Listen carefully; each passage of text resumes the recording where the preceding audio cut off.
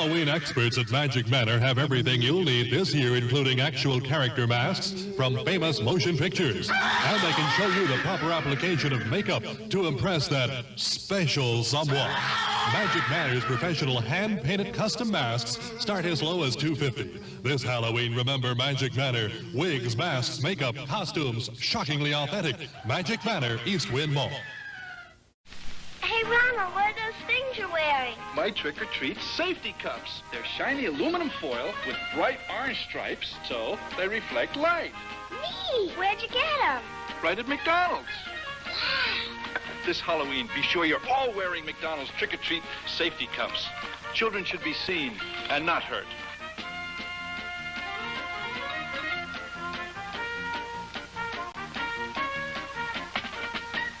Make Halloween fun with one-stop shopping at Woolworth or Woolco for your Halloween needs. Costumes from $1.83 to $3.99, like $6 Million Man, Bionic Woman, superheroes, Batman, Superman, Spider-Man, and a new favorite for girls, Holly Hobby. You can get wrapped candies of every kind, bubblegum, lollipops, fun-sized candy bars. Get this Halloween record, Sounds to Make You Shiver, just $1.89. Make Halloween fun and easy. Make just one stop at Woolworth or Woolco.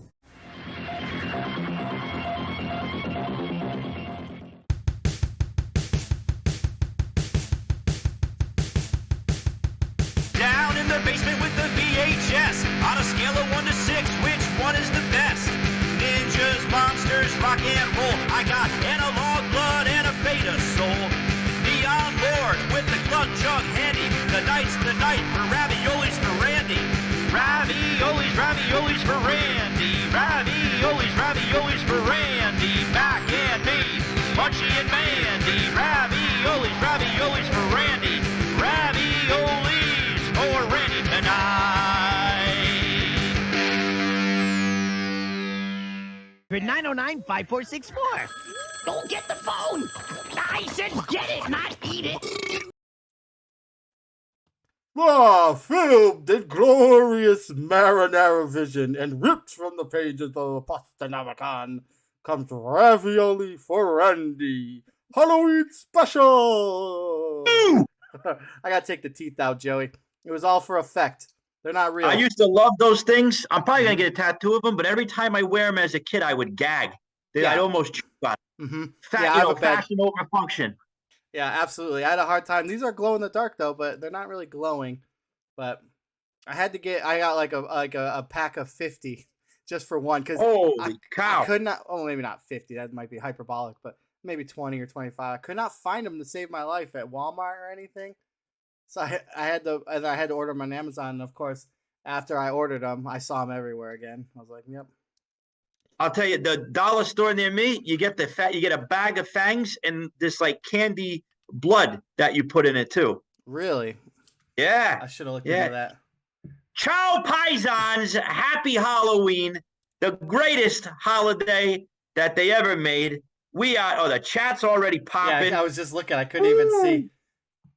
Yeah, I'll tell you what. Right outside the Mozzarella Mausoleum, Bri, it is spooky. It is foggy. It is misty, and it's about 65 degrees, which is very strange for New England. Yeah. That means the veil is very thin right now. Well, you could probably tell with that third eye. That's right. This thing. So this is my new character, Mr. Weird. I made up 5 minutes before we went on. My wife, she's a genius. But yeah, this is a little tribute to Twilight Zone. You ever see that one where they're working at the diner and they're trying to find the alien? And the guy's got the little yeah. So I hope everybody's doing well. We are discussing our top 6 individually pieces of Halloween media that really gets us going. So I'm sure there's going to be a lot of discussion and arguments, and we encourage that in the chat. And we're all glad we can share this spooky Wednesday night countdown to All Hallows Eve. So what have you been up to, Bri? Oh, just working on the book, getting it ready to go. I'm a couple days away from the printer, so we're almost there. Wow, really? That close? Yeah, I mean, most of the book was already done, and then it was just conceptualization and then getting the artwork and then putting it in. Yeah. it was pretty much done before we even went to Kickstarter. I just needed the art. Very Which nice. Very yeah, good. So, what about you? What you been up to? So I am knee deep in Tales from Fairhaven, Volume 1, which is going to be an expansion of Weird Heroes of Public Access. So basically, all of you that were like part of the first 50 that bought WHPA TV 13, the role-playing game, I sent out those monthly mailings. So what I'm going to do now, I'm going to collect all of those monthly mailings in one zine. And then I have a whole bunch more that I've been working on that I didn't send out. So you're going to get probably like a third of it's going to be all that old stuff. And another third of it is all new stuff from me. And then I got contributors like Absolutely. you, Bri. Yep. Like the rest of the rats. Sewer Ben Rats. Don't Tell Mom and Dad. Yep. My buddy from TPK Zine. We got stuff coming up from Australia. He's been a huge help with building out Fairhaven. And of course, Wanzi, Mr. Jared, who did a great mailing, which connected to Neon Lords. Yep. So we're going to put that all together in some sort of anthology. And that should be out probably around December, January time. Sounds excellent. I'm very excited for it. Yeah. So what do you got going on Halloween? In regards to what? Life? What do you Halloween? You going out with the kids? You going trick-or-treating? Yeah, we got a couple trunk-or-treats and trick-or-treating to do. Nice. Yeah. Nice. What about you? You do the trick-or-treating Yeah, still? we go trick-or-treating.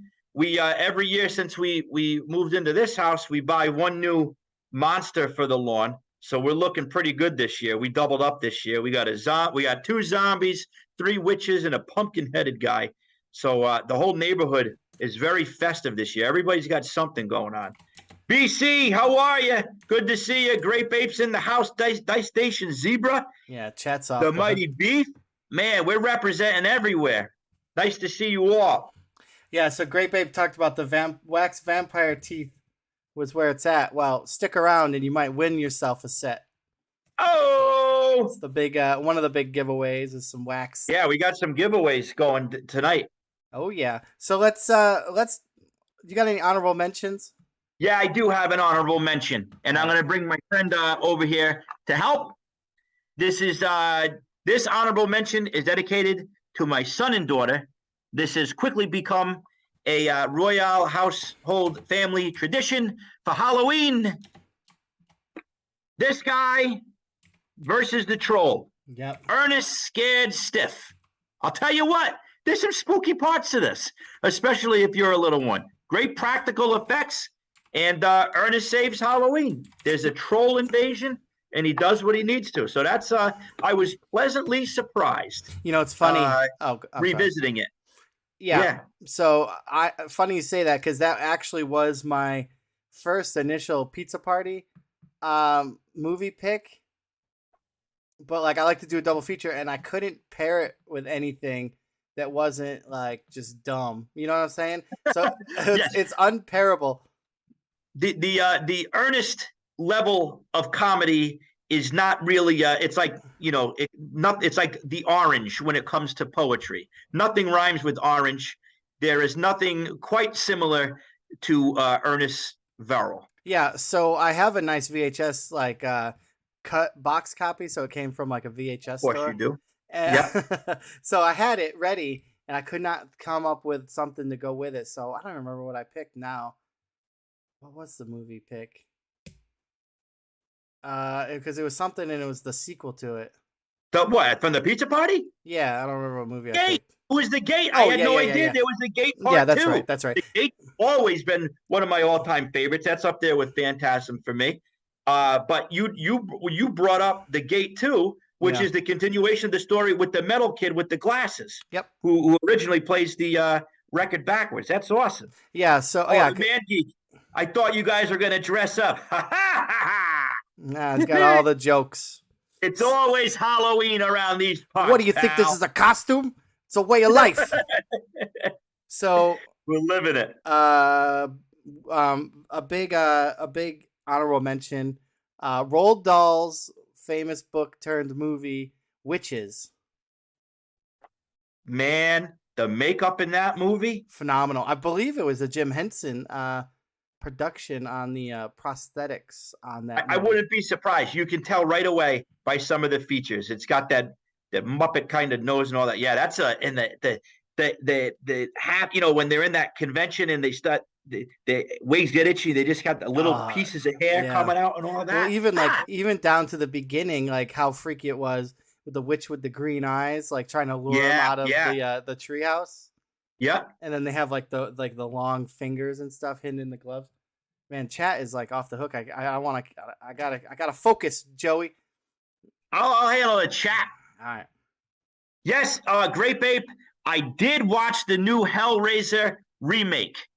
Neon Lord, did you watch that yet? Not yet.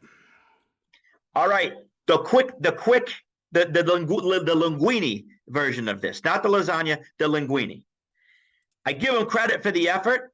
Yep. It's not the Hellraiser to me, particularly Hellraiser 1 and 2, just captured the 90s for me, like 90s horror, very dark, like literally, not like the tone, but like dark. Some of the scenes are hard to see. Everything's greasy and oily. The hooks, the chains. There's a lot of that awesome blue electric lighting or the very dark red lighting. This one didn't do. I mean, I watched it. All right. It was enjoyable. It was a nice candy bar. But if I'm going to spend the 90 minutes on it, I'm going to go back to the original Hellraisers. And I don't want to always be the guy where it's like, well, the original was the best. The originals in this case were the best. I give them credit for the effort. But to me, this Hellraiser, when I was watching it, I watched it with my wife, and we both said it was kind of like, all right, well, who's going to get pricked next by the box? It was just like a trap movie. It was like, watch out for the trap. Oh, he got the trap. Boom, you're gone. So that was like just waiting for the next person to get pricked by the box, and then the movie would go on. It was very, well, it's a movie, but to me, it was like a railroad. Yeah. It's fun. It's fun, but I got to rewatch it. What's it on? Hulu? I think it's on. I don't know what it's on one of the streaming thing. I don't know. Somebody will know in the chat. Yeah. The monsters. So Great Babe, good point. Yeah, Hulu. The monsters were great, but the wispy robotic voices bugged me. The voices were too disconnected from the characters, and I gotta say, the previous Cenobites had more personality. I love how the priests look this time around. The female version priest, she looked awesome, but nothing beats the original. Those guys, and remember the Screaming models? Remember those? You ever see those? These have in the back of Fangoria. They were like resin models you get at hobby shops. They're about this big. I remember my friend had the pinhead one, and it came with the bag. You had to push every single nail into his head. It was really cool. That's awesome. Yeah, it is. Wasteland Warrior. It's on Hulu. This is somebody else mentioned this to me. Disney owns Hulu, so Hellraiser is a Disney princess movie. The priest is a Disney princess. Yeah. Nice how that all works out. I like Doug Bradley had a good voice in it too, though. I mean, that's the thing too. No tears, please. It's a waste of good suffering. Yep. All right. Another honorable mention for me is Arachnophobia. Ooh, nice one. Yeah. Not talked about enough. See, that's what I thought a really too. Good one. Yeah. It's a very slept on movie. Yes, it is. It was huge at the time, but then it got slept on. A lot of promotion. There was some great promotion. Absolutely. I remember seeing that all the time. Yeah. It was like, I believe like even like a Pizza Hut, buy a pizza like the Indiana Jones one I was talking about. You get the $7.50 VHS slab of Arachnophobia with a pizza. But that was like a real... that's a great idea. They did it forever. Yeah. And it plays in the real fears too. But a lot of people are freaked out about that movie. Well, arachnophobia. That's it's a thing. Well, hence the name. Man Geek at PAX, I'll remind you to tell me the arachnophobia story. Hey, speaking of PAX, after that, we just got. Should I announce it? Yeah. You think it's kosher? Yeah. So the Sewer Rats, which is the RPG mega corporation made up of the Neon Lord.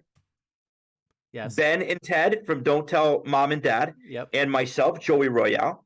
We have come together as a conglomeration and just to support. So we have a new show that we do once a month, which is Sewer Rats Incorporated, where we showcase new and old indie role-playing game products. So if you got something, share it with us, and we'll promote you. We're really out to shine the spotlight on independent creators, whether you're an artist or writer or you do the whole shebang.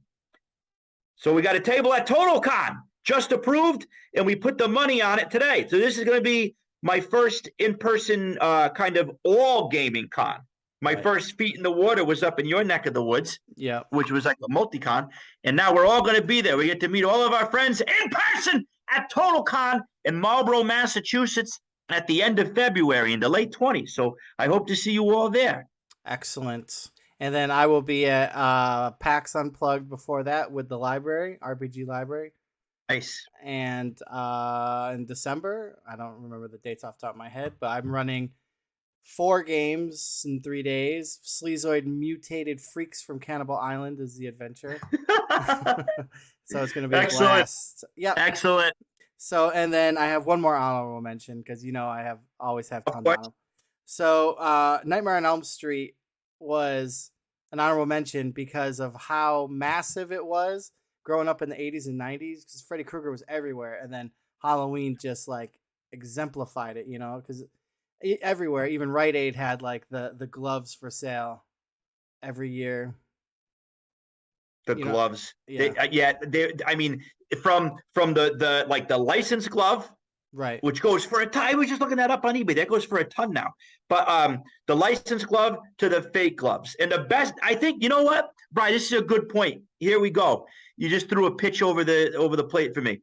Halloween is wonderful, particularly back in the 80s, because of the bootleg nature of everything that was out there. Yeah. I was so happy to go to the dollar store the other day and to still see a very poorly designed Jason mask, a hockey mask. Yeah. You cannot, to me, there's no such thing as an ugly Jason mask. No. Regardless of quality, that has just soaked in. And one of the best examples was Freddy Krueger. Freddy Krueger, they just licensed the heck out of that for kids. You had the NES game. Yeah. You had the Talking Freddy, which was, remember when these were all around? You had the Urkel, you had the Pee-wee, which I know you just. I got an Urkel one too. You got an Urkel one too. Yeah. They had a Martin Short one. What's his name with the thing? Oh yeah. I don't remember. Ridley. Yeah. But they had a Freddy one. They had a Freddy, a child murderer one. Yeah. And then Max Effects, one of the coolest. That could have been one of the coolest action figure lines of all time. Everybody out there in Spaghetti Lane, if you don't know about Max Effects, it was a Matchbox made action figure that came out in the early 90s. And it was basically like a Ken doll, but then it came with the costume for Freddy. Like you would put the mask on him and the glove. And it was supposed to be like a special effects figure. And they had a Bigfoot plan, alien, like a gill man, creature from the Black Lagoon, a Dracula, but it never got off the ground. But just the Freddy one. It was because parents saw it in the toy aisle at Toys R Us and it freaked them out. Yeah. And they pulled it. Yeah, that was cool stuff. Yeah, 50s Nosferatu this month. I'm sure Mark, you're going to talk about that, right? Nosferatu. Well, yeah. I mean, so I guess so. In what I brought with me today, as I look around some of the stuff around, you gave me the assignment of Halloween media. Yes. So I expanded. I haven't touched upon too many movies in my list because I think we talk about them so much in some of our other stuff. But Nosferatu, to me, was a very pivotal film when I was very young. My father made it. My father is a monster kid.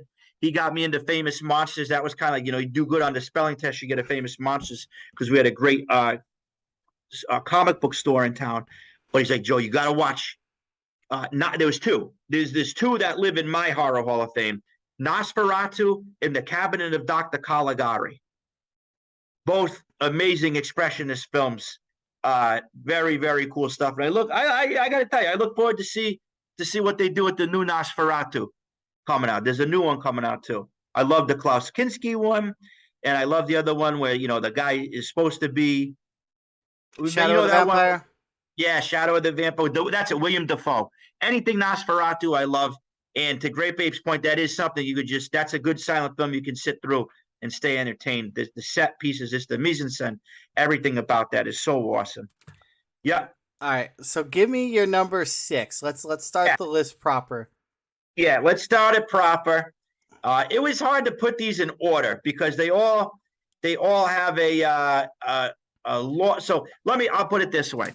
I can't show this one, but this one just lives in infamy in my mind. Mm-hmm. The commercial, and I remember this vividly, and I've been revisiting it on YouTube during lunch breaks. Yeah. The Long Branch, New Jersey haunted attraction, The Haunted Mansion. Okay. Have you ever seen this, Bri? I have not. All right. So I love dark rides. You know, the idea of going to the carnival and going in the spook houses and all that. Yeah. I got a couple good stories about some good ones. I never went to this one. I never hung out down at the shore until I was a lot older. And this place is since gone. But there was Dracula's castle was burned down, and then the Haunted Mansion. This video was so scary to me as a kid. This thing looks like a whole world. But any of those commercials from the 80s, that all these places in New Jersey that just I had nightmares about. Back when I was a kid, I thought New Jersey was the scariest place in the world. For many, and I still think it's very scary. But there was always these commercials of these amusement parks and these stuff on the shore. So if you get a chance, everybody at home, look up Haunted Mansion, Long Branch, New Jersey commercial. It is incredible. It still sends shivers down my spine. There's like a guy like crouched over eating a piece of somebody's liver or something. There's this like haggard lady crawling around a cave. Some really cool stuff on that. And interspersed, of course.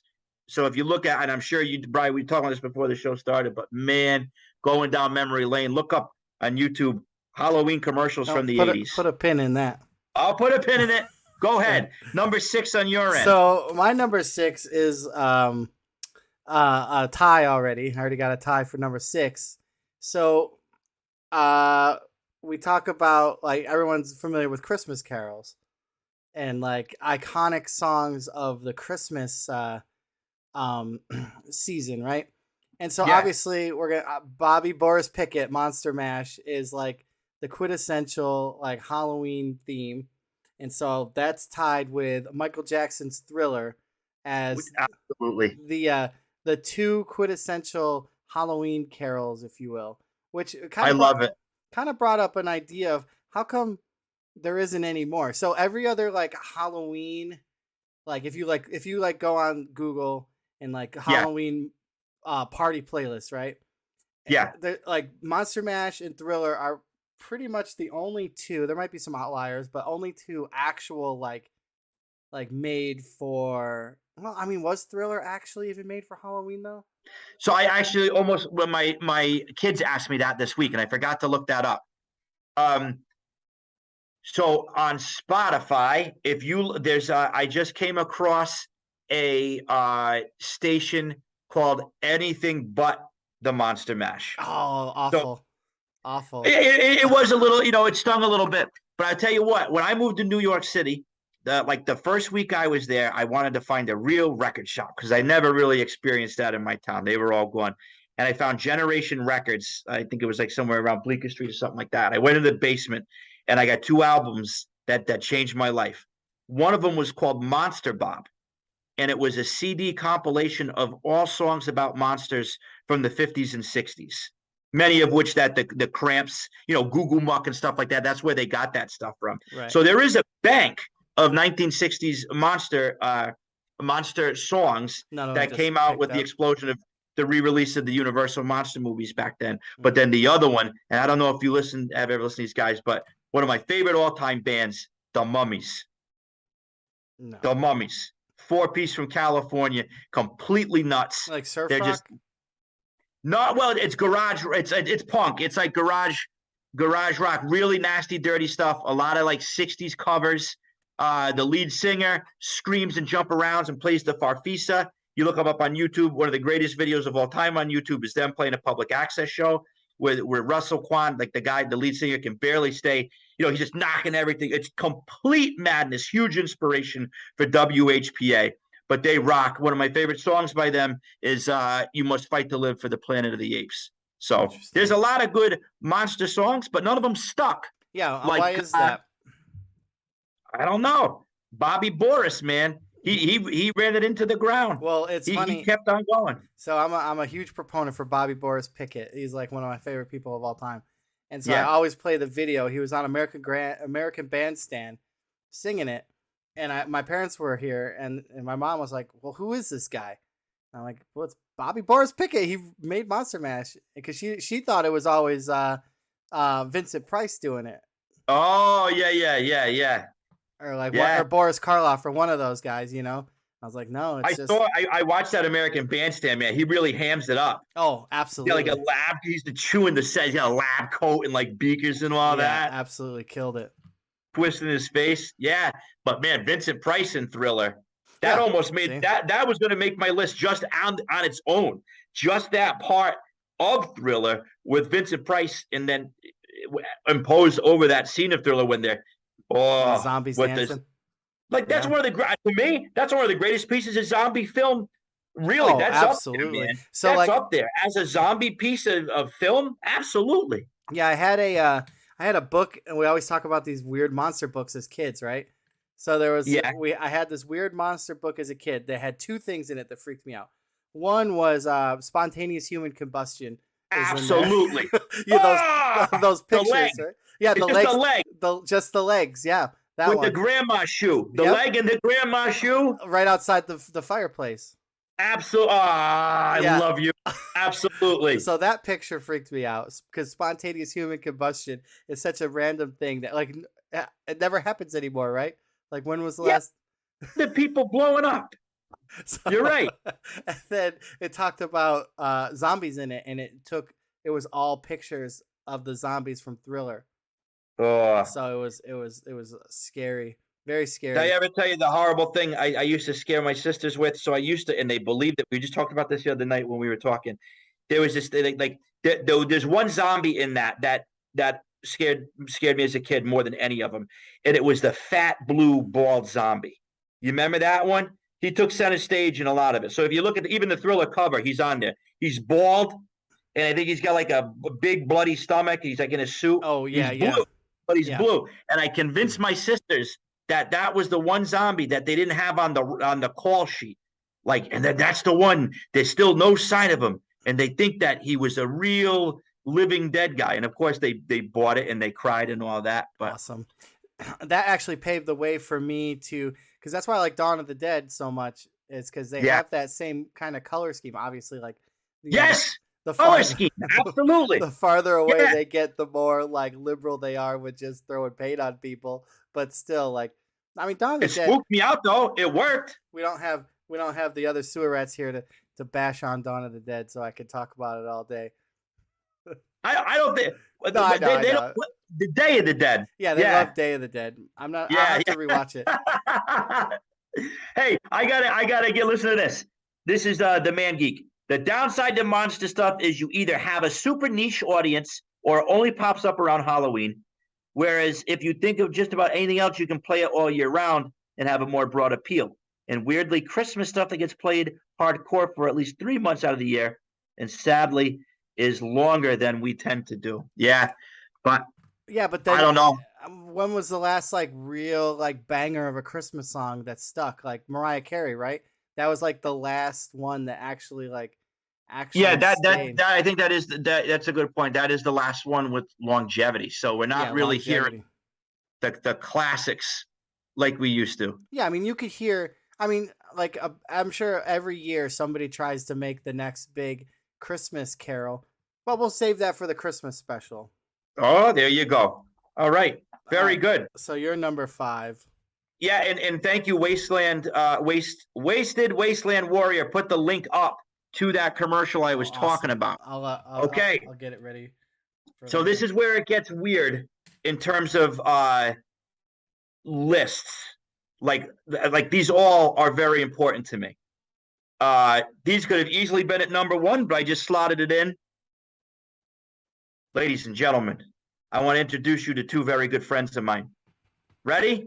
Yeah. Halloween Media number 5. Timeless. These 2 guys right here. Yeah. these two in particular. Okay, and these are actually from my childhood. As you can see, this one is very old. It doesn't have the feet. No feet. That's Yep. how you know it. Yep. And then this is a more recent one. I'm trying to remember when this one came out. This wasn't too long. This was probably in the early 2000s. This one is definitely 83, 84.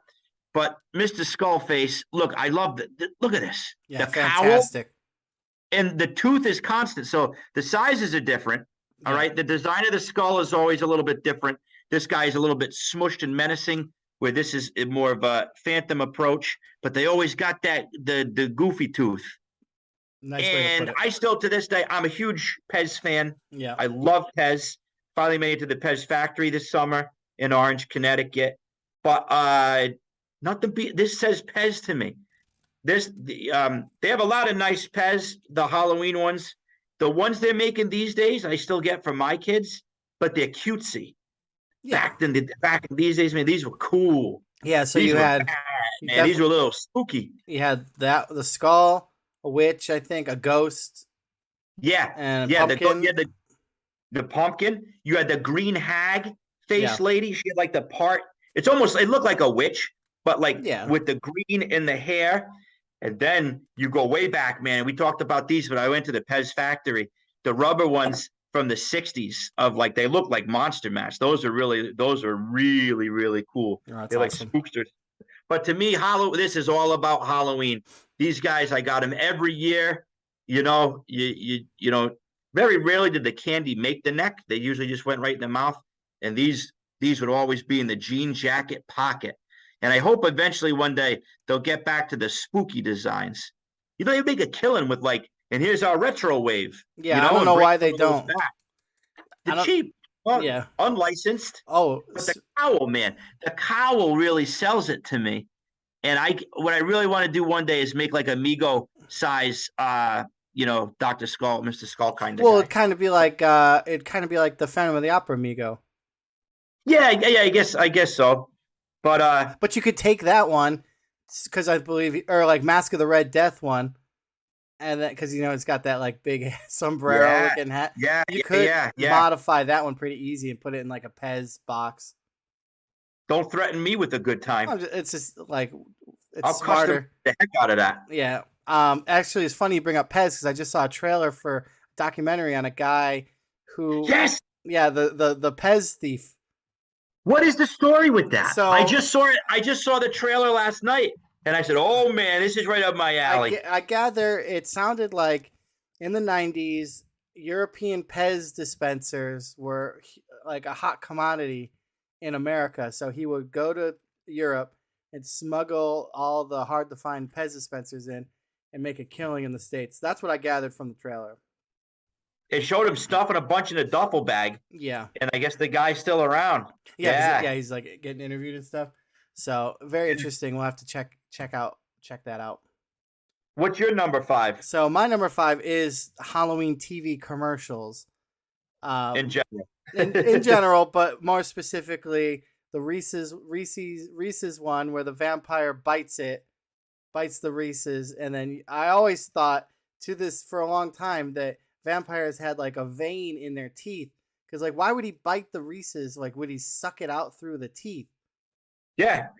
Right. Yeah. So I get it now that like, granted, like that's not how it works, and like, but as a kid you're always like kind of like overthinking it. It's like, well, how did he get the because he makes a comment. He's like, well, because it was like, how do I eat my Reese's?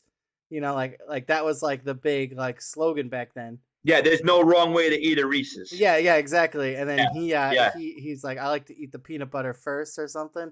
So it's like the 2 puncture holes in it. Yep. So that was. But that's the thing. Yeah, I always thought that was the mechanic with the vampire tooth. That there was hollow like a straw. Not only do you bite, but you right there, like great base, like hollow like a straw. It's the teeth that get the blood in. Now that's we what know I thought.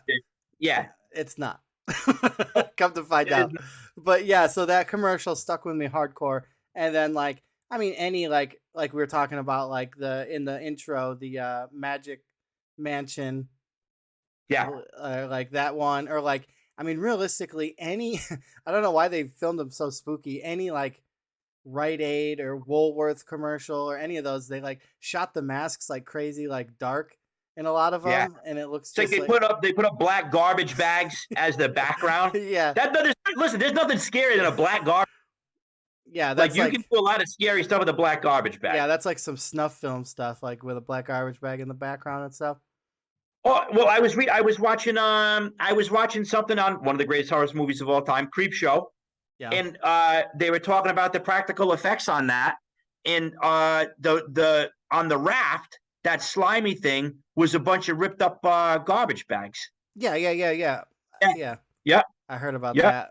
Yeah, so then like those commercials, and then just the shift into like McDonald's ones, like the McNugget kids all dressed up and like Halloween at McDonald's, man, that Yeah. was a thing. It That was a was a thing. Well, I mean, think about it though. So like it's so ingrained in our memories of McDonald's and Halloween that when like Wesley was starting to like my kid was starting to trick or treat, I was like, I'll just go to McDonald's like and get him a bucket this year.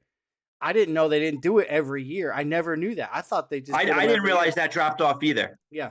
Well, I didn't Look. know that it wasn't as it was only a few years. It's not like it like they've just been ingrained in our psyche that I thought they did it every year. I thought it was an every year thing, like the I did Shamrock too. I Shake. didn't realize that it dropped off. Yeah, crazy. You can say what you want about McDonald's and corporation and capitalism and all that kind of stuff, but listen, let's get down to business. Even as a vegetarian, I salute McDonald's for what they did for kids on Halloween. Mm-hmm. You got the buckets, you got the boo buckets, right? Yeah. Everybody had them. They were passing them out like Yeah, hotcakes. I got like an 85, I think, one right there. Behind Yeah, you. yeah. Everybody, they were wonderful, simple. Then you got the McNuggets in the costumes. Remember that? Yeah. They did that for years. They had all different ones. That's a fun toy. That was a toy. Yeah. Toy. Yeah, yeah, yeah. All right. That's like a toy you could play with. I had them all. Like the Nuggets, and they had different costumes. Yep, you can mix and match the costumes. In the commercials, those were pieces of art. I was following a guy on Instagram that used to do like set design, and he has like all the old pictures and like some of the old foam. Yeah, burgers. filmed in McDonald land. Yeah. Yeah, I follow That's great. him. Yeah. That was part of our culture, wasn't it? Yeah. That was as 80s kid as Saturday morning cartoons. Yeah, absolutely. Even that was always on. That was like you could always count on that. And then you'd get some people would give out the McDonald's gift certificates, coupons, yeah, to get like a drink or a burger for instead of candy. Get the orange drink. The orange drink, yeah, high C. Yeah. So so that was a big one. And then what else did I have for commercials? Just how creepy they were in fast food. So like fast food. Actually, I found an awesome commercial of a Hardee's that they did. Hardee's, like I knew you were going to say that. The gumball machine one. Yep. Yeah, wild That's stuff. a great one. Yeah. How did you see the Paz makeup one? PAAS? Yeah, they're the ones that they make the egg dyes. The eggs. Yeah. The one That's where he moves it. Yeah, I used it the other day for a promo for this. It gets crunch. It gets the crunchy one. The selling point. It dries out really fast, and it makes you look like an old creepy monster. Yeah, and I can just say to myself, those kids' faces itch horribly right now. Yeah. It's not like it was a mistake. They took a bunch of busted makeup and they sold it to kids. Like, oh, it's gonna crack. Yeah. Yeah, absolutely. Yeah, they totally used the selling point on it. Yeah, and it was probably just bad makeup. And they probably got 31 years of Halloween McDonald's. 31 years of McDonald's Halloween commercials. Thank you, Mr. Punishment 90. Excellent. Wow. All right. So what is your number 4? Okay. My number 4, it's a twofer. Love it. So I want to split. I'm actually gonna split these two. Man, there's just so much good stuff. All right, so let's do this. I'm gonna split it up. This is an umbrella, Bri. Okay, this is not one thing. This is an umbrella. Media. Nothing struck fear into my hearts. Yep. More than horror tapes. Yeah, I got those two actually taped or like hung in my wall right now from when you sent them to me. every Rite Aid, every CVS, every Halloween store had some version of these hanging around. This one in particular, Horror Sounds of the Night, Maron. This one I know is on. You can listen to this whole thing on YouTube. It's terrifying.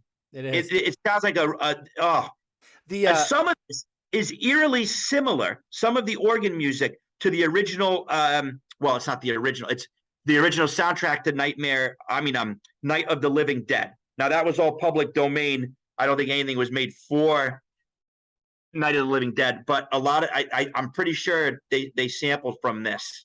This one is equally as scary. The stream starting soon screen does have the haunted horror sounds one. That's the one I used. Yeah, this is but look at the art on I this. know, man. fantastic art, fantastic stuff. Like even the tape stickers. Even the tape sticker. Yeah, I mean that's a Gorgon video if I ever saw one. Well, calm down. Calm down. You're gonna give me the chills thinking about Faces of Death again. So this carries in, if I may. Okay, so Horror Sounds of the Night. Yep. Was one of my favorite tapes as a kid. I had a couple. I wore it out. Used to close the door, turn the lights off, scare the kids to come over. This was made by Topstone Industries, which was a mask company in Danbury, Connecticut. And do yourself a favor, everybody out there in Spaghetti Land. Look up Topstone masks. It's probably one of my #1 searches on eBay, just because of these were the ones that you would find everywhere, particularly Rite Aids for like $3.99. Did you have a drugstore named Faze? Fayes? No, yeah. I'm familiar with it. That was not in our territory. That was we had Rite Aids. Yeah. We had Woolworths. Yep. And Rite Aid, CVS, Woolworths. Like those are the ones I can remember. I mean, I still remember when we had a town pharmacy that had all that stuff too. But you know what we had at the mall that's no longer there? It was like the one floor 70s mall.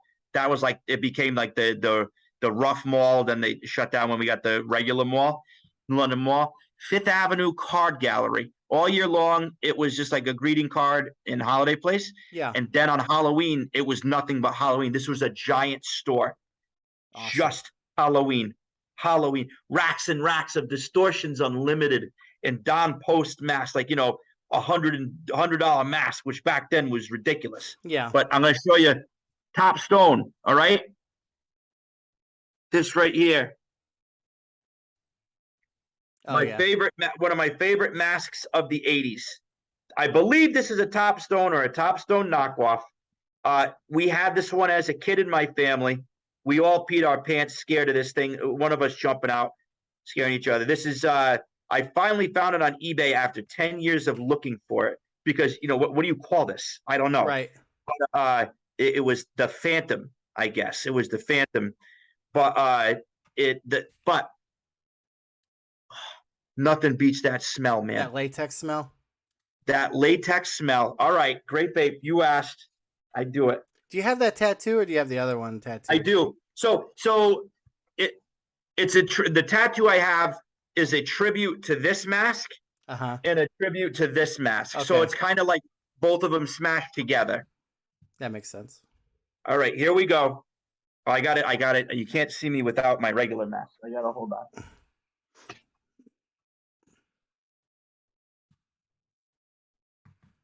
Come on. It's going to mess up my hair, great babe. Look at this thing. Perfect. Looks great. Look at that. I rarely put this thing on. But look, that's spooky, man. Yeah, it is really spooky. Like, what is it? I don't know. With the suit, it looks like some kind of 90s bank robbery movie. Yeah. So this is what, oh my God. I wish I could beam in the smell of this mask to everybody out there. It's still there's nothing beats that Halloween mask. And even when these things never worked out, they give you, like, as a joke, they give you this little hole right there for the mouth. 10 minutes into the night, your whole face is soaking wet and you're breaking out. And you got that smell, but nothing beats that smell. Look at that. That's awesome. So it still smells. Yep. Yeah, so that's the connection. It's the tapes and my connection to Pat Stone, my favorite Halloween mask company, just because they were cheap and they just pushed these things out. Each one was airbrushed a little different. I Yeah. also had another one that was it looked like the demon from the Demons movie, but it Hmm. was green and it had two horns, and you put a 9-volt battery on it, and they would light up, which was a big deal back then. You didn't Yeah. have that was like the first time they did that kind No, of that's stuff. huge. Now there's LED lights in masks and stuff. Yep, yep, yep. So this is that's where this all goes. You got the hair. So pretty cool. Very cool. So my number 4 is a toss up again to the Are You Afraid of the Dark and Goosebumps Oh, shows. yes. More specifically though, the Haunted Mask Goosebumps episode. Nothing like it. No. Nothing like it at all. So Whole yeah, different level. absolutely a whole different level. Like the production was phenomenal, scary. Like the atmosphere was there. Like they really encapsulated the Goosebumps books. Even Are You Afraid of the Dark? I'm pretty sure they were pretty close to the same, like production wise. I feel they had to have been because like they look a lot like very similar, like the original Are You Afraid of the Dark series. Because I know there's a new one out now, and then the like the Goosebumps that was on Fox after. Yeah, and the Goosebumps. Like that's the thing, man. Right away, when I think Fox '90s, I think about Goosebumps. There was definitely an aesthetic. The lighting, I think it was bright. Whereas Are You Afraid of the Dark was always a little bit misty. Mm-hmm. Yeah. Yeah, it had the mist lens on for sure. But yeah, like the Haunted Mask, not only like is like the mask design really awesome, like it's a great looking mask, but like just the whole idea, like we were just talking about, like put it on, but then like you can never take it off. Right. I just actually picked up a couple of Goosebumps. I wanted to start reading them. I never read them as a kid. I was the scary stories to tell in the dark, and then I missed Goosebumps by a little bit age-wise. But I went back, and there's a neat. I'm trying to discover the formula. I really want to. There's an equation to R.L. Stine. Oh yeah, I'm trying to unlock that. I'm actually trying to chart it out. I think it's a really cool thing that he did. I think he created a lot of young readers out of those things. Still does, because he does the Garbage Pail Kids books. I can't believe I haven't picked those up. You get that yet? Yeah, I got them autographed by R.L. Stine. How'd you get them autographed by? What are you talking about? So I bought them from BarnesandNoble.com, pre-autographed by R.L. Stine.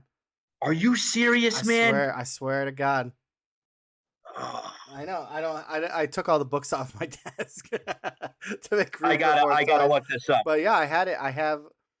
So I have the latest one. There might even be one after. I think number 3 I have signed by him, and then that's awesome. Yeah, so I'm getting the but really nothing about it but the Mad Balls versus Garbage Pail Kids comics. Yeah. We've been getting all those too. But Are You Afraid of the Dark was such a wonderful series. So Are You Afraid of the Dark? The real bangers. Oh yeah, like the phone police one.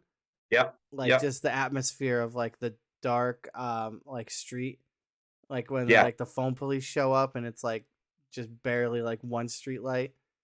Yep. And like it. Oh, really, that's so good. Yeah. That's classic Nickelodeon right there. Oh yeah, absolutely. That one scared me. And then like the so they always talk about like shadow people, like sleep paralysis. Yeah. They kind of tackle that when they go to that alternate dimension and they kind of have like the dudes in like the full body suits. Some of them got real dark. Oh, absolutely. There's even the one where there's a dollhouse one. Yeah, and then like the skeleton in the swimming pool. Oh yes. I forgot about that one. Yeah. And like great premise too. Like Midnight Society shows up. Submitted for the approval of the Midnight Society. Yeah. And I think it's like even like a song. Somebody really? Yeah, somebody used it for a song title. That's awesome. Or a record. The puppet episode of Goosebumps scared me as a kid. Yeah, the puppet one. Tales from the Dark Side. Oh, Tales from the Dark Side. Scariest intro to a television show ever. When it turns negative. Woo! You know what I got to watch more of too on that subject? Monsters. Remember that show, Monsters? Mm-mm. It was an anthology show. It was like Tales from the Dark Side and Freddy's Nightmares. There's one called Monsters. And of course, what's the other one? Amazing Stories. They all came out around that. Well, Yeah. even like Outer Limits, there's like a well, that's not Yeah. really horror based, but there was like a modern-ish Outer Limits, I think, that came out around Yep. that time. There's a Tales from the Dark Side where like this kid has a mean stepdad and he has all these monsters. Like every time he goes to bed, all these monsters come out and like he befriends the monsters and I think they attack the stepdad. It was so scary. There's like a white werewolf kind of, and there's like a saw that comes out and tentacles. Some of those Tales from the Dark Side were real scary. They chat's talking about Puppet Master. I got the 15 Blu-ray box set. I was an avid Puppet Master action figure collector. Yeah, you can still buy them. So when I was a kid, I never saw the movie, but I got all the posters from the video store. Yeah. Like there was a guy there that was really good to me to always get me the posters after I didn't have them. So I had Puppet Masters 1, 2, and 3 in my room. The Big Creep Show poster. I think I sent you that, right? Yep, I got it. It's for the and then VHS store.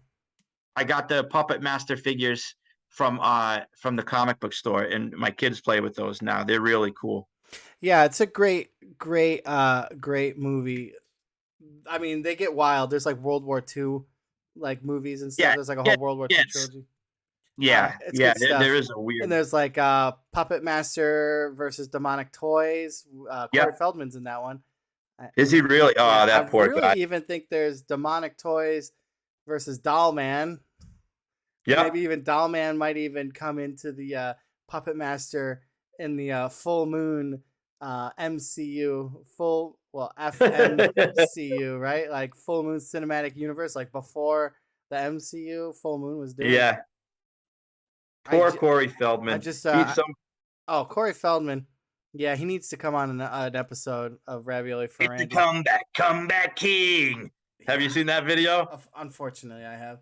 Dude, that guy was like my favorite kid actor from the 80s. Favorite kid actor from the 80s? Teddy Duchamp from Stand By Me. Yeah. Amazing character. Mouth and Goonies. Mouth. One of the Frog Brothers in Lost Boys. He was so awesome. Yeah. I love Corey Feldman. He's a broken man. He's a broken man. Like drugs and alcohol will do that to you for sure. Yeah. At such a young age too. Other much darker things that he and his friends. Hey, this is a Halloween special. But his whole idea about like the Illuminati and Hollywood crazy stuff. What are you gonna do? Yeah. What are you gonna do? So Lost Boys, that's another one. I mean, so Lost Boys. Corey Haim died, not Corey Feldman. Oh, someone said the wrong Corey died. That's effed up. No one should ever have to. I like Corey Feldman a lot. Burbs. He's in the Burbs. That's right. He's as an older Corey. Yeah. Yeah, he's the neighbor kid checking out Mrs. Rumsfeld. Yeah. I love the Burbs. He's one of my favorite 80s child actors. And Will Wheaton was great. I mean, Gordy LaChance, that's one of my all-time favorites from Stand By Me. Right. And the kid from Daryl. I have no idea who that kid is. You got to see Daryl. That's the robot one though, right? Yeah, Daryl the actor. Yeah. So what are we talking about? What were we talking about? Goosebumps. Goosebumps and Are You Afraid of the Dark? How'd we get on Corey Feldman on that? I don't know. But that's how I have absolutely no idea. I don't know. That's how the raviolis chopped up, I guess. The stuff with every ravioli stuff was something different. Absolutely. So from that, we can go to our number 3. We're already at number 3. All right, let me take a look here because I want to make sure. I might switch some things around. Okay, yeah. So Hand in Hand. Okay. Right here. Ready? Yeah. One of the greatest products to come out of Halloween. Oh, absolutely. This one in particular. Oh. That graphic. Oh, yeah. Yeah. Nothing like fake blood. or, creepy crimson goo. Nope, straight up vampire blood. I went through so many of these things. My jean jacket, the interior pocket was always filled with these. This is by Imagineering. Imagineering made some of the coolest Halloween stuff of all time. Cheap little gags, remember the glow in the dark eyes that are bloodshot that you pop in. I had those, but nothing beats this. I went through so much vampire blood as a kid. My dad I remember we always had this laying around the house all year long. You know what he did once, Bri? I was thinking about this the other day. We forgot about it, but we were talking about it over at dinner. I must have been 4 years old, and I remember this vividly. My father used to work for a funeral home, so he had mortician's wax laying around. The thick stuff that you put on, it covers up stuff. He took a popsicle stick and broke it and put the mortician's wax, which is flesh colored, on my cheeks, and they were sticking out. He was very good at this stuff, and they were sticking out, right? So it looked like I was fooling out the popsicle and went through my cheeks. And of course, the cherry on top is the blood coming out the side. He goes, act dead. Carries me like this, so I had to have been about 4, and carries me into my grandparents' house, his parents. He says, Mom, Dad, the baby's hurt. The baby's hurt. Oh. And they were screaming. My grandmother with her aquanepu. Oh, my God, call the ambulance. I remember that voice. Call the ambulance, the poor baby. The popsicle's through his mouth. What kind of nut would do that? Oh, my God, I'm surprised they didn't have a heart attack. But that's awesome.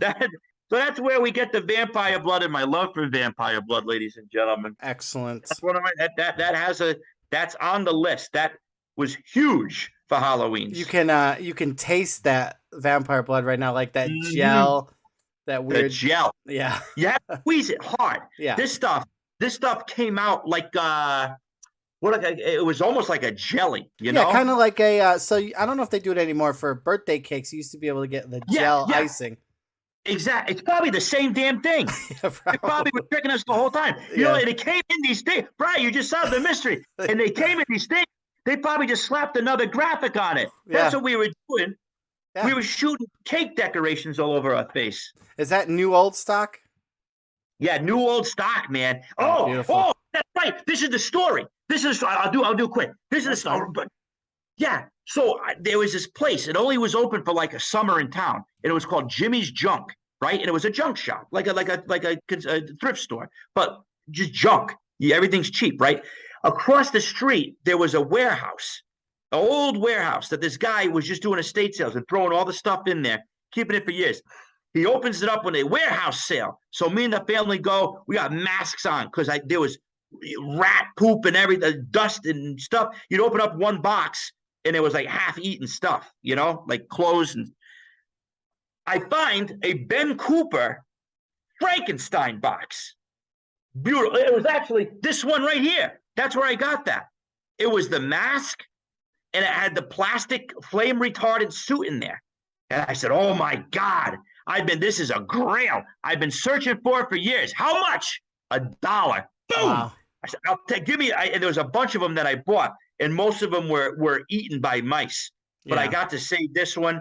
I had to throw away. I saved the mask of the witch, but I had to throw away the costume. The graphic design was beautiful, but it was disgusting. It was starting to melt, and the plastic burns itself. So I get home, and I said, oh, I got to check this out. I open it up.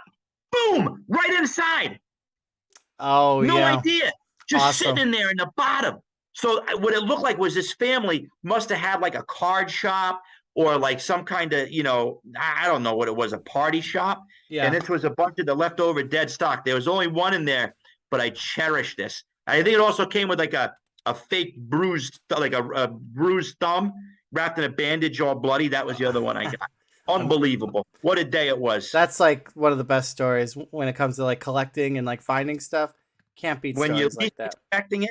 Oh my God, I find this. And boom, it was like one of those the Russian dolls. You just keep it and open it up, and it was just treasure after treasure. Amazing. Very cool. Yeah, that's that. Imagineering vampire blood. So my number 3 is less spectacular. Is sitcom Halloween specials. So like every show. Very good. every show had a Halloween and a Christmas special, always, without saying. So my big honorable mentions when it comes to that is the Family Matters, Stevel. Oh, I knew it. Yep. Well, so I knew it. I got a couple. So Stevel, when the the Steve Urkel and there's a Carlsbad as well. Dolls come to life and kill the family, and in one of them they start dancing, and those dolls are actually like little people actors inside of them. No, I gotta look this up tonight. This is insane. Yeah, This is absolutely insane. There's not many videos about it. I had to do some real hardcore digging when it came to it. There is a YouTube video of them dancing, and it's creepy, beyond creepy. Oh my god. So yeah, Roseanne Halloween episodes were always good too. That was on my list. Saved by the Bell murder mystery episode where they go to the mansion and do the murder, like the Clue movie style murder dinner, whatever they call them. But the big one, my favorite, is Pete and Pete Halloweeny episode where they little Pete decides to break the world record for how many houses trick-or-treated in a single Halloween, and Big Pete ends up being his partner, but the town is terrorized by a group called the Pumpkin Smashers, and so they like grip the town in fear of this gang where they break pumpkins and empty bags, like literally every bully on Halloween. Oh, I know the episode well. Yeah. And then where was I going with it? I don't remember, but it's phenomenal. It's like it's that quintessential Pete and Pete look to where like Mr. Tasty has that mysterious, scary look. These guys have the oversized pumpkin heads and like the punk jean jacket and the punk leather jacket and stuff, and just go around terrorizing Big Pete and Little Pete as they try to get the record for the most candy in one night. The pinnacle of Nickelodeon aesthetic. Absolutely. When you had Pete and Pete and Are You Afraid of the Dark? Yep. Beautiful Ren and Stimpy programming. Ren and Stimpy. What a time. Well, Snick. Snick was wonderful. Yeah, Snick was awesome. They had a few shows on there. Are You Afraid of the Dark? It was like the weird Pete and Pete, man, was like the weird Wonder Years.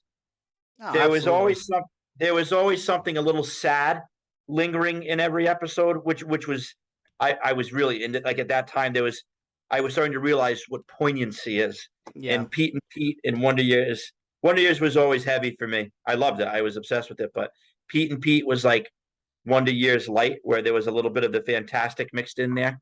Yeah, that was great stuff, man. Great children's programming. Yeah, I'm a massive Pete and Pete fan. I probably have talked about a few episodes on here prior to this. I think they didn't talk down to kids.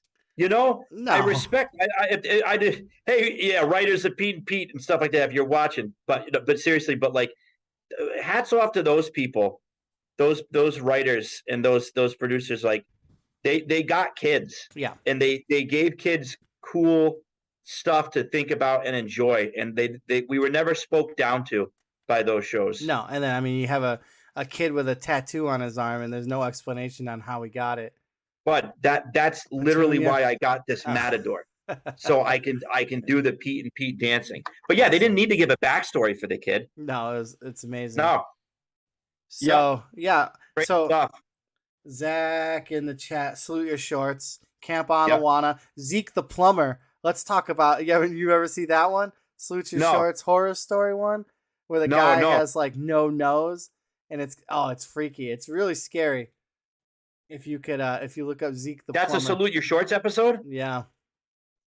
I'll check that out. Yeah, I believe. And Hey Dude, that was the other one. Salute Your Shorts and Hey Dude. They were like back to back. It's a little wild and a little strange when you make your home right on the range. Yeah. Danny? Yeah. Because you can't get it right if you can't great hold stuff. on. Yippee! Camp Anawana, we hold you in our heart. And every time Camp Anawana, we hold you. We hold you in our heart. And when we think about you, it makes me wanna fart. Classic. Yeah. Budnick. Budnick. Yeah. Yeah. He Terminator 2 fame. Well, probably Yep. more so too Absolutely. shorts, but Terminator 2 is awesome. He Rocked the tells great mullet. Oh yeah. Yeah. So with that being said, let's do some giving away. Yeah, let's do some giveaways. All right. So Zach is in the chat. He's my man in the chair. Hello, Skunkworks. What's up? Zach, give me a winner. I'm gonna give away two things to this winner. I got the Wax Fangs and Nice. a pack of Morbid Monster cards. Beautiful. These are with loathsome limericks. I've opened a couple packs without you because I do a lot of pack openings without Joe. Yeah, pack opening, sure. He's a busy man, so I do them in spinner dies now. So punishment is finding out the first winner of the night. How's he doing that? He has, I don't know. That's why he does it. He has a randomizer, I assume. He has yeah. he has a way to know out of all the people watching, like who, I don't know. I don't ask questions. He figured it out one time, and he's the guy that helps me do spinner dies. He's picking the best comment of the night so far. I don't know how. He's not doing that. It's random. So this is usually the long part. We just dead air, just sitting and waiting for it to pop up in chat. It's like, what number are we? So we're going to be at number 2, right? Yeah. So halfway. So a little more than halfway. I figured we would do this, and then I gotta collect my thoughts because there's a couple I want to talk about. Yeah. I'm trying to figure out which one goes to 1 and which one goes to 2. Absolutely. So while he figures this out, so I had like a brand new Sharpie. When a Sharpie end goes like a little dull, I have to have a nice Sharpie point. You know what I'm saying? Yes. So I got my Post-it note out, and while he figures it out, with that being said, we can. So what's your what's your number 2? Do you want me to talk about my number 2 first? Yeah, go ahead. Okay, so my favorite. So I picked number 2 slot to be my favorite Halloween themed movie, and it's not Halloween. Not that I don't like. Okay, so I like. Okay, I have a whole sorted Michael Myers past. So Yep. I like number 1 and I like 2 because we talked about sequels that didn't suck. Halloween 2 made it. I've never seen 3 because when I was a kid, and I don't know if it's the same for you, but like everyone hated 3.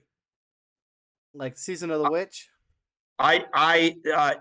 Season of the Witch was my first introduction to the Halloween. See, people are saying world. that they loved 3, but I was always under the impression that like no one liked it. I mean, obviously I'm way wrong, especially now because it's everywhere. Everyone talks about Season of the Witch. Scott Thulu. PM me your info, and I will send you the pack of cards.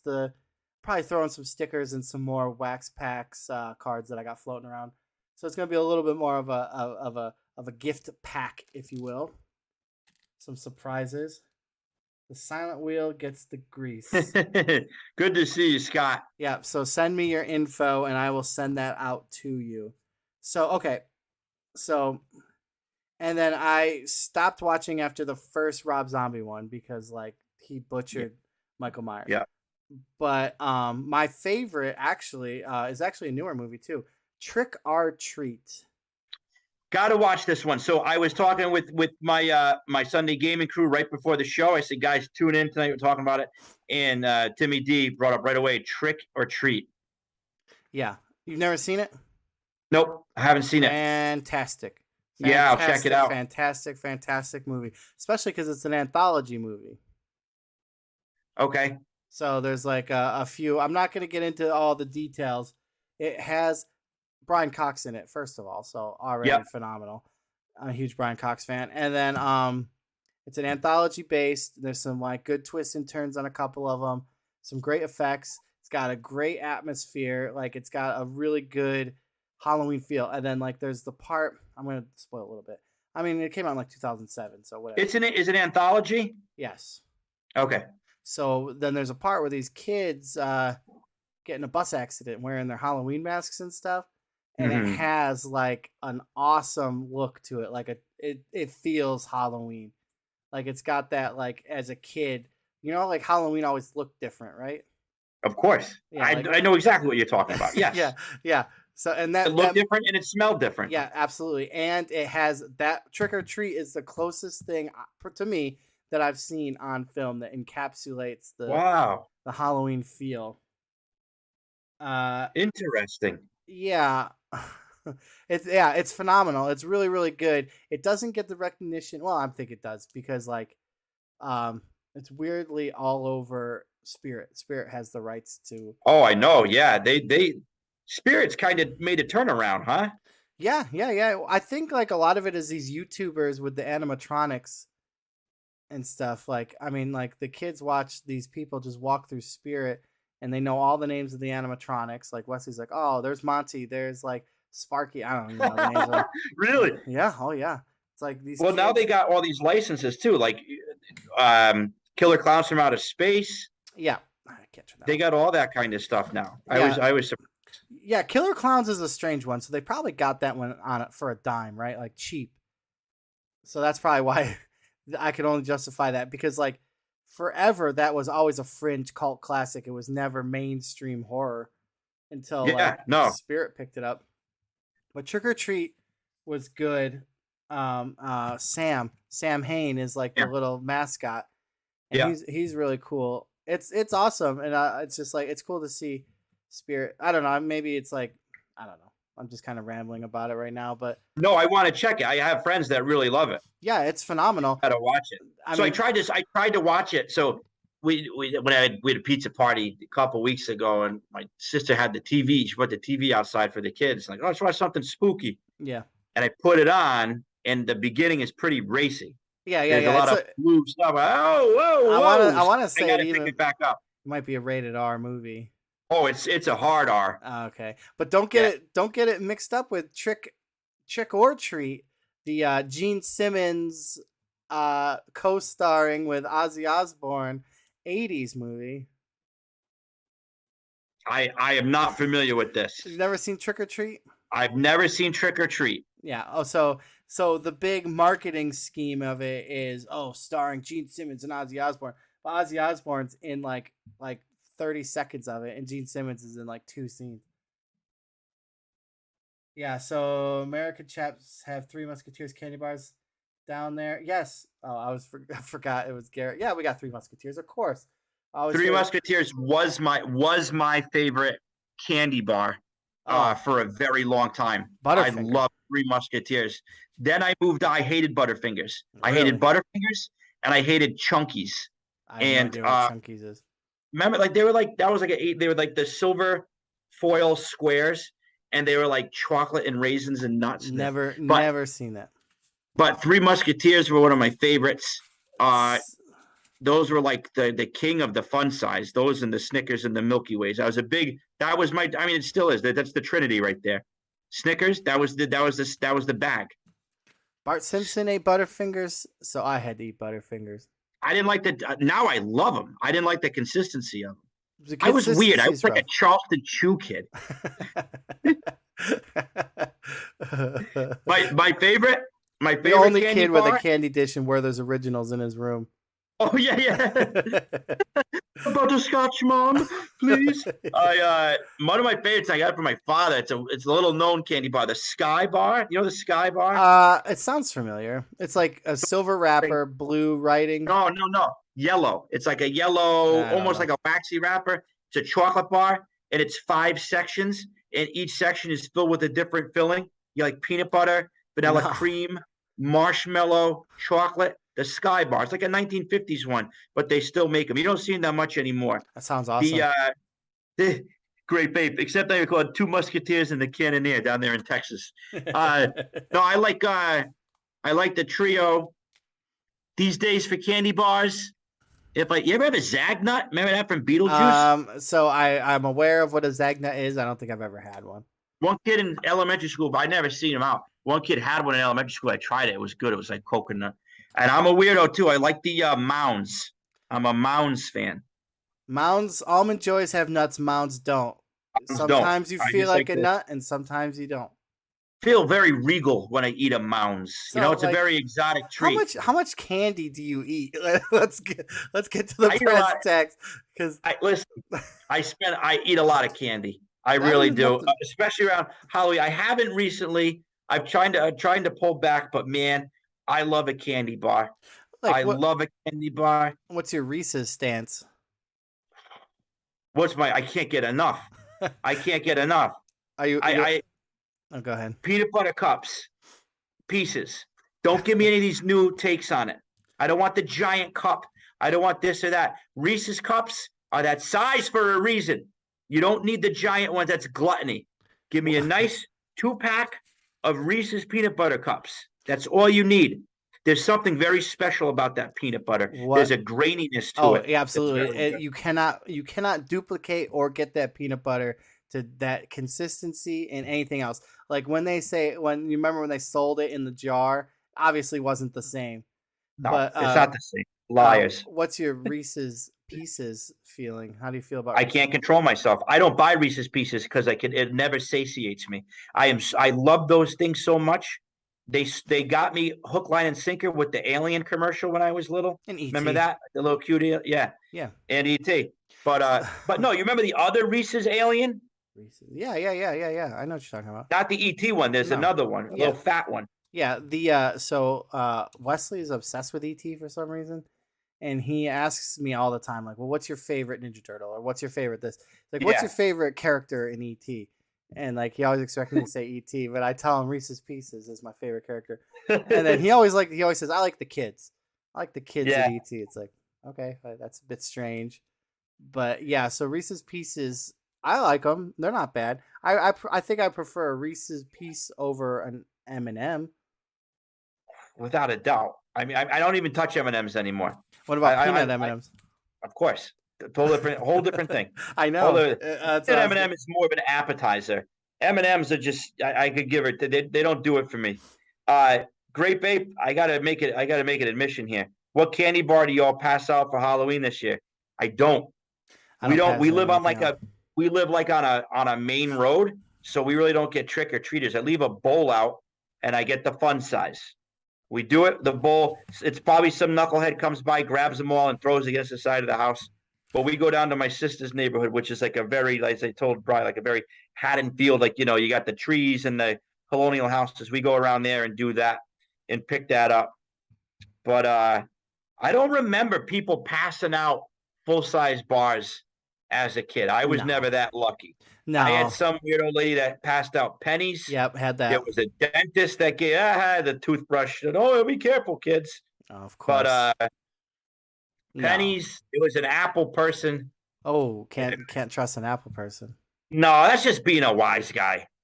Come on, because that costs more money. Yeah. You buy a sack. Imagine the work in it. You're buying a sack of apples. A bushel. You're buying a bushel. A peck of you get a barrel. Yeah. It's like an old woman. Like, oh, here's an apple. Get out of here. It's Halloween. Yeah, Why exactly. you gotta be a buzzkill? Oh, that man. took you more time and more money to buy apples to make a point when you could have got a sack of chocolate to make a child happy. Get out of here. Go pound sand. Yeah. Yeah, trick-or-treating was... Caramel M&Ms. Yeah, those are new. I don't know. I can't even keep up with the chat. It's going so... We're getting so they're chatty. right. They're friends of ours. Oh, absolutely.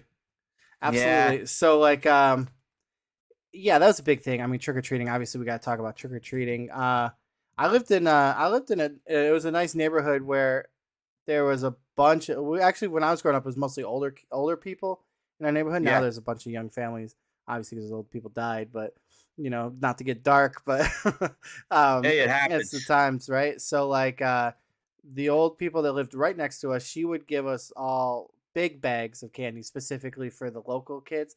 But like it was like, your quintessential block, so we would just literally go up the street this way and then up the street that way, and we were done. It's like 6 blocks, not even 3 blocks, and then it was just a wrap because that was it. That's all you needed. So You're full. Yeah, we were full within the first 45 minutes. So it worked There was out. I'm trying to think about like